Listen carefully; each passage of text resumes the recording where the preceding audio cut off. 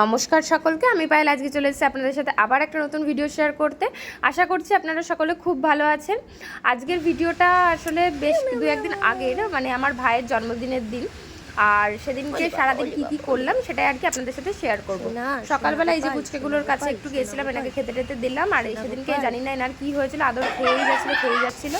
আর এসে দেখি যথারীতি দুজনের আর কি ঝামেলা শুরু হয়ে গেছে, মারামারি ধরাধরি। তো দিয়া আর ভাইয়ের ওখানে ফাইট শেষ হলো, ভাই এখানে আমার ভিডিও করছিল। আর মানে আর কি দুদিন আগে না, বেশ কিছুদিন আগে আমি একটা ব্লগে ভাইয়ের ভিডিও দিয়েছিলাম। তো সেটা নিয়ে আর কি আমার ভাইয়েরও রাগ করেছে যে আমি কেন ওকে ভিডিওতে তুলেছি, কেন ওর ওই ভিডিওটা পোস্ট করেছি। তা যাই হোক, এখানে ওর একটু কাকির সাথে ঝগড়া হওয়ার পরে এসে আমাদের সাথে জয়েন করলো। আর ও তো মানে মোটামুটি আমাদের গল্প শুরু হলে ওখান থেকে আর ওঠেই না। তো সবাই মিলে আর বসে গল্প করছিলাম।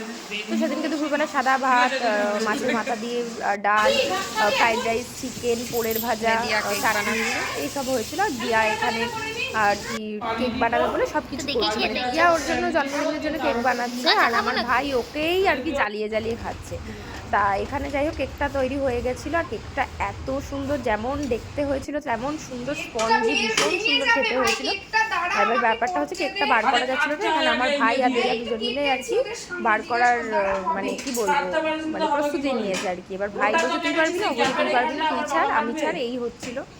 তো যাই হোক এইসব করতে করতে আমি আমার ভাইয়ের একটু ভিডিও নিলাম। ভাই আমাকে ধাক্কা দিয়ে বললো আমার ভিডিও নিলে পরে তোর ভিউজ আসবে না।